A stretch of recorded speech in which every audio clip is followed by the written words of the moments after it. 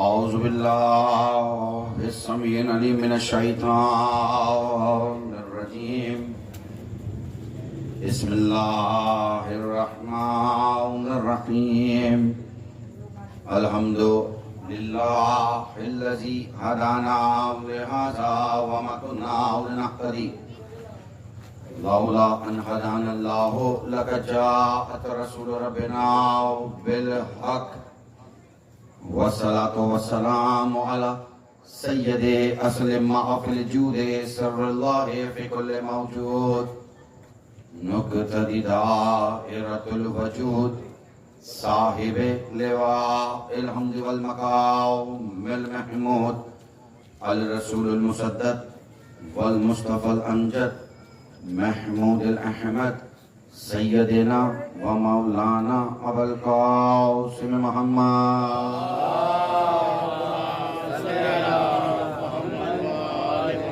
وعلى أهل بيته الطيبين الطاهرين المعصومين المظلومين ولعنة الله على أعدائهم وغاصب حقوقهم ومنكر فضائلهم أجمعين. أما بعد فقد قال سبحانه وتعالى في محكم كتابه المجيد والفرقان الحميد. بسم الله الرحمن الرحيم. يوم ندعو كل أناس بإمامهم صلوات.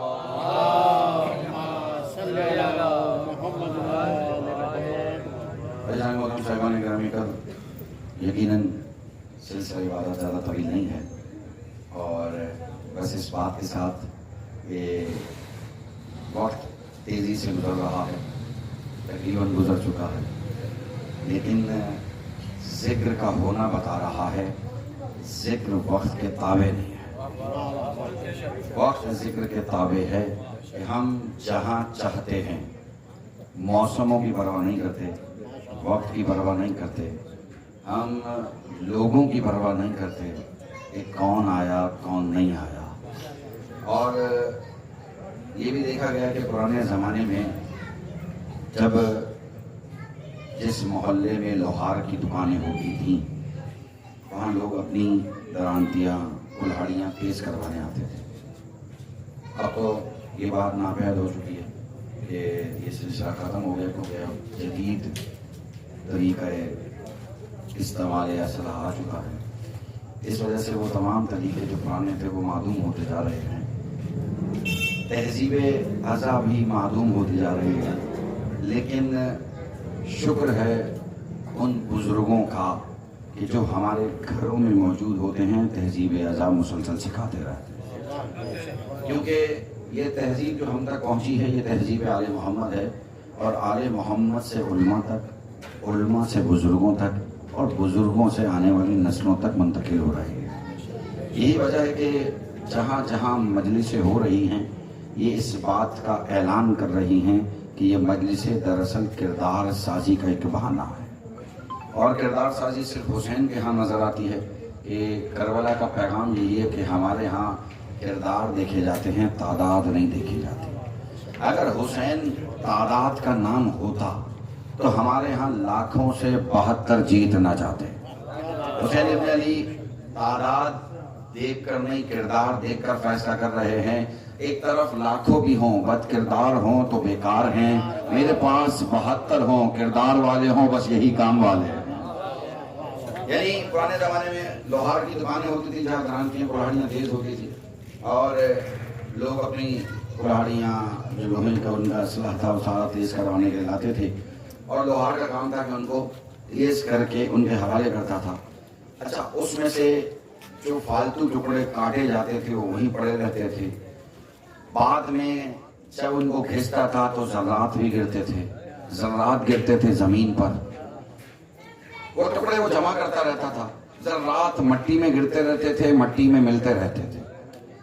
لیکن ذہن میں توجہ چاہوں بس میں ایک نتیجہ دے کے آگے بڑھ جاؤں گا. کچھ عرصے کے بعد وہاں جسے میں اور آپ عرف عام میں کباڑوں والا کہتے ہیں وہ دکان پہ آتا تھا جو لوہا خریدتا تھا. کہتا تھا بھائی اتنا لوہا ہے جو فالتو ہے تمہارے لیے وہ بیچو گے؟ ہاں بیچوں گا. معاملہ طے ہوتے تھے، لوہا خرید لیتا تھا، لوہا خرید لیتا تھا.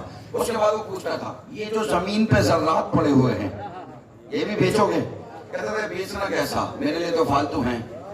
اب وہ جو لوہے اس نے ہاتھوں سے چنے ہوتے تھے، جب ذرات کی باری آتی تھی تو ہاتھ آگے نہیں بڑھاتا تھا، بلکہ اپنے بورے میں ہاتھ ڈالتا تھا، ایک مقناطیس نکالتا تھا، اللہ اکبر، ایک مقناطیس نکالتا تھا اس مٹی پہ جہاں ذرات مل کے تقریباً مٹی جیسے ہو چکے ہوتے تھے، اس مٹی پہ پھیرنا شروع کرتا تھا، ذرات مقناطیس میں چپک جاتے تھے، مٹی وہیں رہ جاتی تھی، ذرات سمیٹ لیتا تھا، بورے میں ڈال دیتا تھا، مٹی وہیں رہ جاتی تھی، مٹی وہیں رہ جاتی تھی، ذرات سمیٹ لیتا تھا۔ میں آسان کر رہا ہوں، مجلس کا اشتہار مقناطیس بن کر دیوار پہ لگا دیا جاتا ہے، مٹی گھروں میں رہ جاتی ہے۔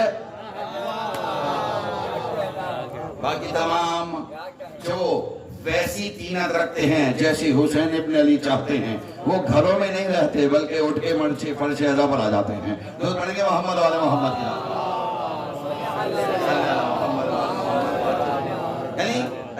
اور یہ مجلس سب کے نصیب میں نہیں ہے۔ دنیا میں ہزاروں لوگ ہیں، کروڑوں لوگ ہیں، مختلف امور انجام دے رہے ہیں۔ مجلس فرش اعضا میں پہلے اس بات کا اعلان کر رہا ہوں، اور اس بات پہ اعلان کرتے ہوئے کوئی مجھے کسی قسم کا آر نہیں ہے کہ میں مجلس تعداد دیکھ کر نہیں پڑھتا۔ اگر ایک بھی ہو علی والا ہو۔ کسی نے جناب سلمان سے پوچھا تھا، کون سلمان؟ وہ جو حقیقی مولا کا عرفان رکھتے تھے، وہ سلمان۔ کون سلمان؟ وہ جس در پہ صاف کرتے تھے نا، جب تک اس در سے دور تھے مسلمان تھے، در صاف کرنا شروع کیا سلمان بن گئے۔ جناب سلمان کی بات ہو رہی ہے۔ کس سلمان؟ سلمان فارسی کی نہیں، سلمان محمدی کی۔ اللہ اکبر، سلمان محمدی کی۔ جب تک فارس میں رہتے تھے سلمان فارسی تھے، نبی نے فرمایا اب یہ فارس میں نہیں رہتا، اب یہ محمد کے دل میں رہتا ہے، سلمان محمدی ہو گیا ہے۔ سلمان محمدی۔ کسی نے اگر پوچھا جناب سلمان آپ تو مولا کے بہت قریب ہیں، یہ بتائیے انسان کو کب بولنا چاہیے، کب خاموش رہنا چاہیے؟ کب بولنا چاہیے، کب خاموش رہنا چاہیے؟ جناب سلمان مسکرائے کہنے لگے ویسے تو ضروری ہے کہ انسان ساری زندگی خاموش رہے، ساری زندگی انسان خاموش رہے، انسان کے لیے بہتر ہے کہ انسان ساری زندگی خاموش رہے، لیکن کہنے لگے جب بات علی کی ہو تو پھر چاہیے انسان خاموش نہ رہے، جب بات علی کی ہو تو پھر انسان خاموش نہ رہے۔ اور ایشان محترم یاد رکھیے گا، جو مجلس میں خاموش بیٹھتے ہیں، میں ڈرتا ہوں حضرت میثم ان سے ناراض نہ ہو جائیں، حضرت میثم ان سے ناراض نہ ہو جائے۔ کیوں ناراض نہ ہو جائیں؟ حضرت میثم مخاطب کر کے کہتے ہیں میں زباں کٹا کے بولتا رہا، تو زباں رکھ کے نہیں بول پا رہا۔ درود پڑھیں گے محمد والے محمد کی ذات پر۔ حیدری چلیں ٹھیک ہے، بات یاد آ رہی ہے، کر کے آگے بڑھو۔ میں کئی بار جملے کی تکرار کر چکا ہوں، مگر ذہن بھائی آپ کے لیے میرے جتنے نوجوان دوست بیٹھے ہوئے، مجھے نہیں پتا کس انداز سے پہلے سنی ہوگی۔ حضرت میثم کتنے امانت دار تھے، کتنے دیانتدار تھے، کتنے دیانتدار تھے حضرت میثم۔ جب مولا علی بازار میں چلتے تھے نا، تو حضرت میثم پیچھے پیچھے علی کے قدموں پہ چلتے تھے۔ کیوں؟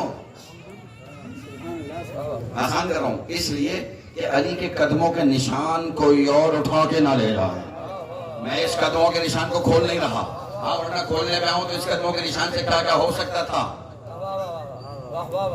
اللہ اکبر۔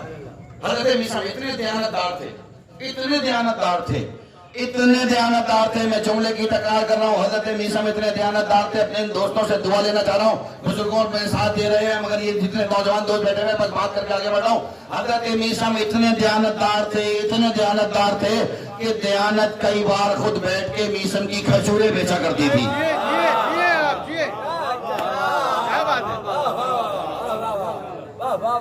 دیانت خود کئی بار میثم کی دکان پہ بیٹھ کے کھجوریں بیچا کرتی تھی، اتنے دیانتدار تھے حضرت میثم۔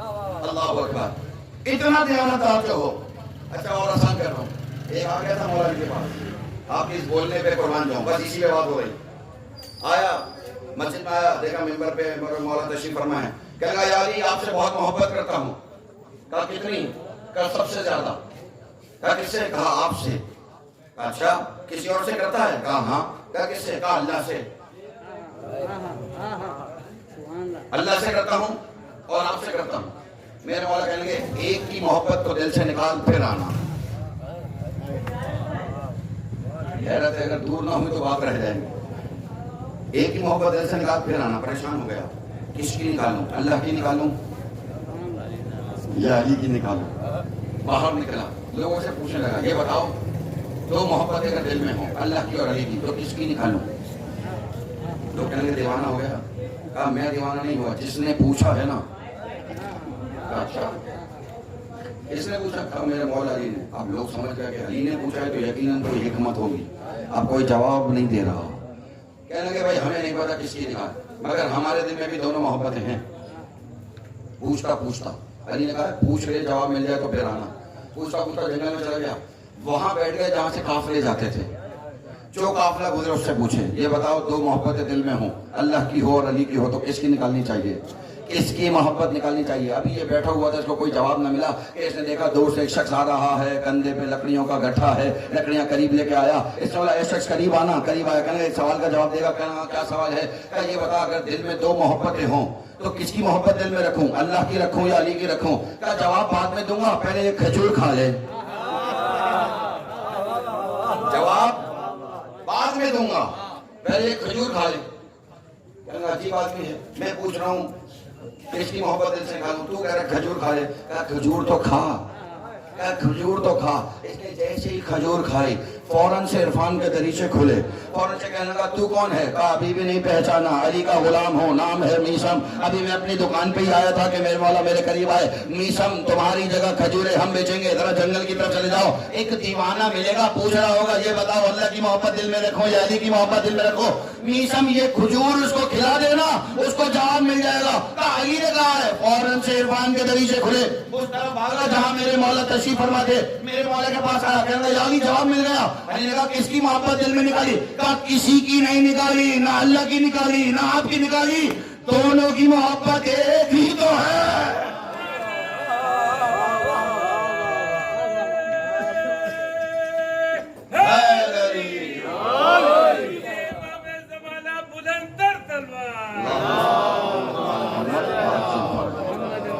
دونوں کی محبت ایک ہی تو ہے. کس کی نکالی؟ نہ علی کی محبت دل سے نکالی نہ اللہ کی محبت. اس کا مطلب یہ ہے عزیزان محترم کہ علی کی محبت وہی ہوگی جہاں اللہ کی محبت ہوگی, اور اللہ کی محبت اس دل میں آ ہی نہیں سکتی جس دل میں علی کی محبت نہ ہو. دونوں محبتیں ساتھ ہوں گی. قسم خدا کی معرفت توحید ہمیں نہیں پتہ چلتی اگر میرے مولا نے سمجھائی نہ ہوتی. میرے اندر اتنی حیثیت نہیں تھی, ہماری اتنی اوقات نہیں تھی کہ ہم معرفت توحید پہ گفتگو کر سکتے.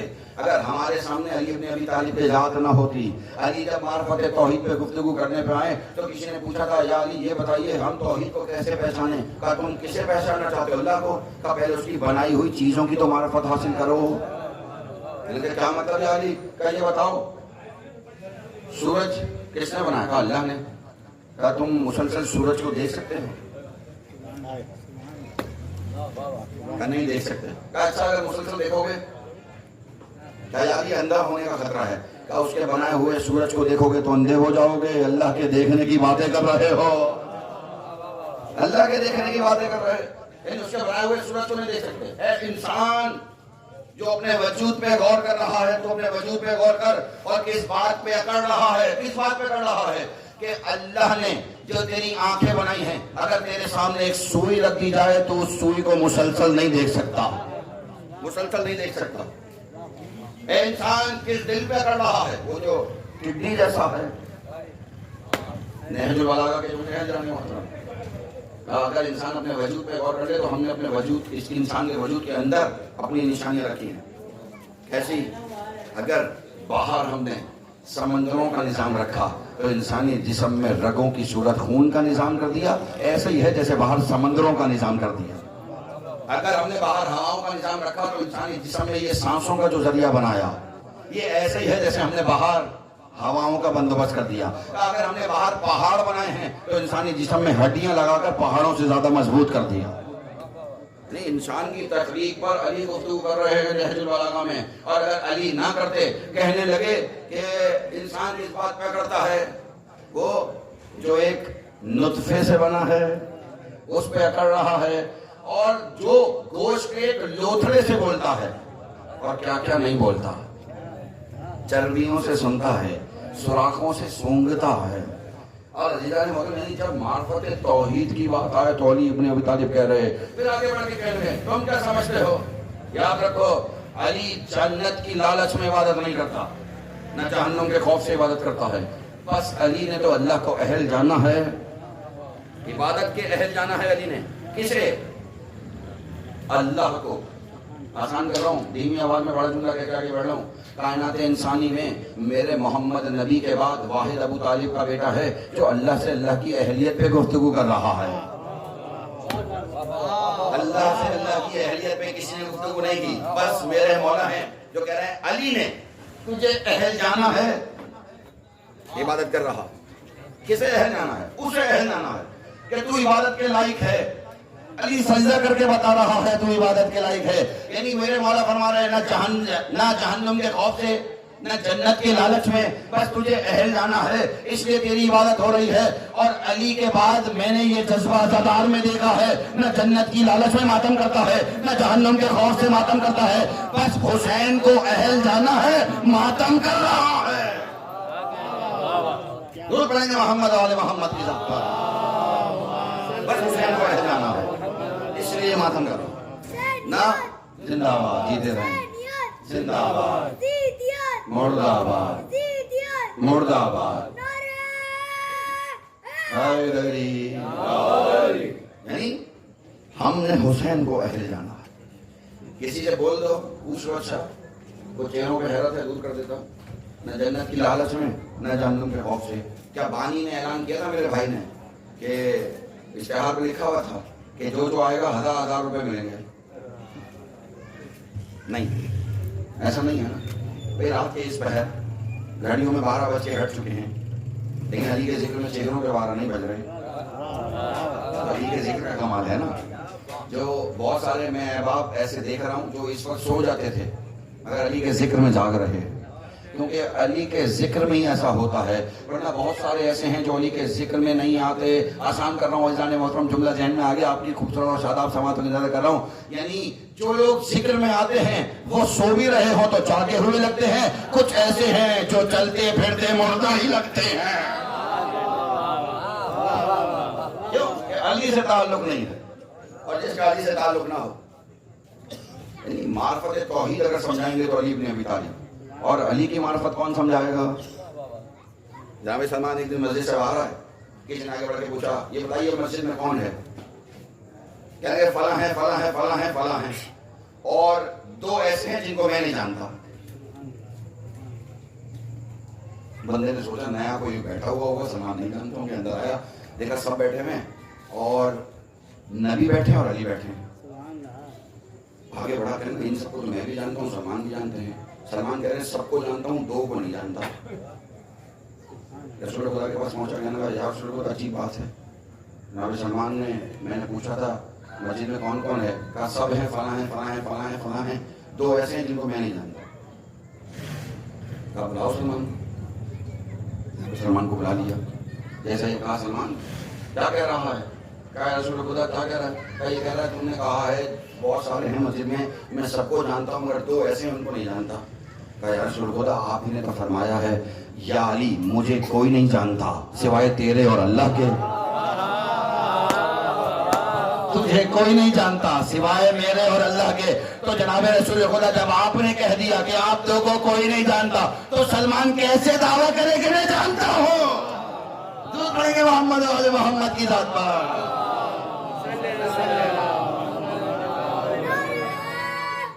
حیدری کیسے دعویٰ کرے سلمان؟ سلمان ہیں جو عرفان رکھتے ہیں، وہ ہیں سلمان۔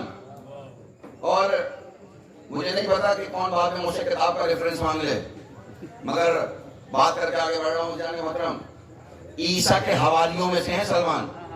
500 سال سے زیادہ کی عمر مبارک ہے۔ پہلے کیا تھے، بعد میں پہلے مجوسی، عیسائی، پھر مسلمان، پھر سلمان۔ اللہ جانے اس 2 چیزوں کا کس نے لطف لیا۔ اور اور یہ تو ان کے در کا کمال ہے، یہ ان کے در کا کمال ہے۔ ایک صاحب کہنے لگے آپ نے یہ بات کہاں سے پڑھی ہے؟ بتاؤ جو جانو۔ میں نے کہا حضور میں نے فلاں کتاب سے پڑھی ہے، ایک کتاب 12,000 روپے کی ہے، اگر دونوں جلدیں منگائیں گے تو بتاؤں گا کہاں سے پڑھی ہے۔ اگر یہ سن کے انہوں نے پھر کوئی دوبارہ سوال نہیں کیا۔ تو پڑھے محمد و آل محمد کی ذات پر۔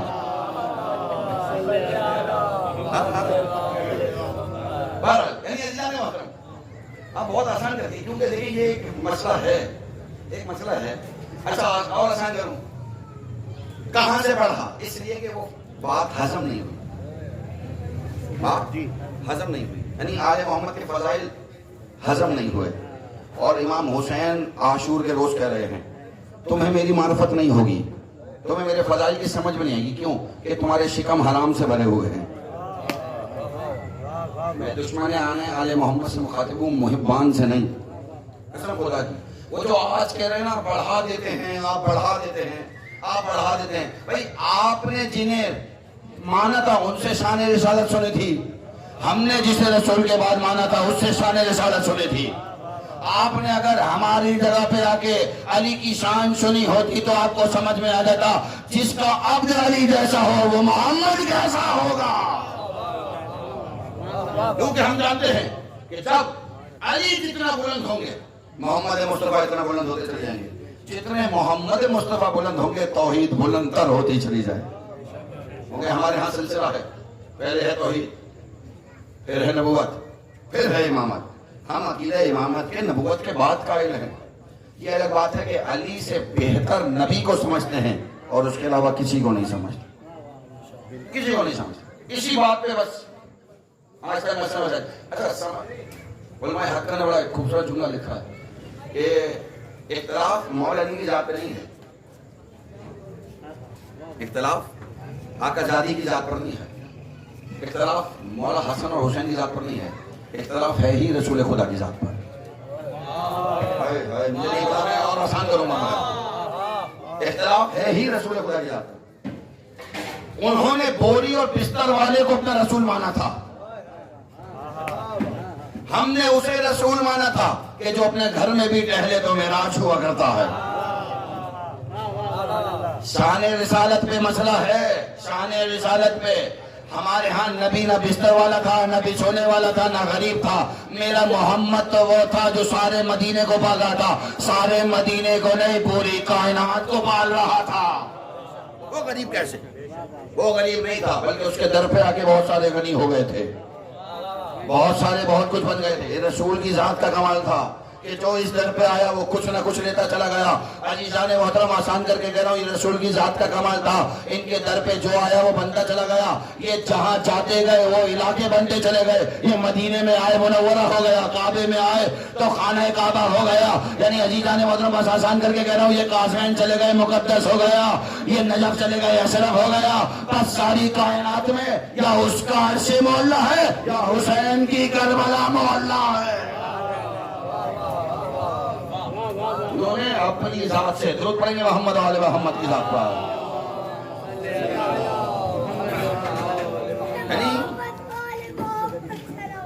اللہم صلی اللہ محمد و آل محمد۔ دو شیر کھڑے تھے، علی کے بعد پہ دو شیر کھڑے تھے، پردہ ہٹا کے دیکھا مولا حسن اور مولا حسین کھڑے تھے۔ جیت رہے ہیں آواز میں، تھوڑی سی آواز اس کی اگر بڑھ جائے میرا میں ہی چھوڑ لگا۔ ایک بار پھر بلند ترین درود پڑھیں گے محمد۔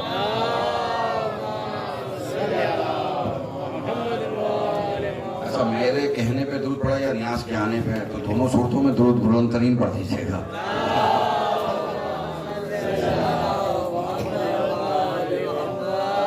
چلیں میرے شہزادے نے 2 مصرے پڑھ دیے، ذہن میں آ گئے ہیں، ذہن بھائی سے دعا لینے کے لیے 4 مصرے۔ عادل دہر نے کیا عدل کیا ہے دیکھو، اس کی تقسیم ہی دنیا سے نرالی نکلی۔ تم نے کعبے پہ جمع رکھا تھا قبضہ، پھر بھی 4 دیواروں میں سے ایک ہماری نکلی۔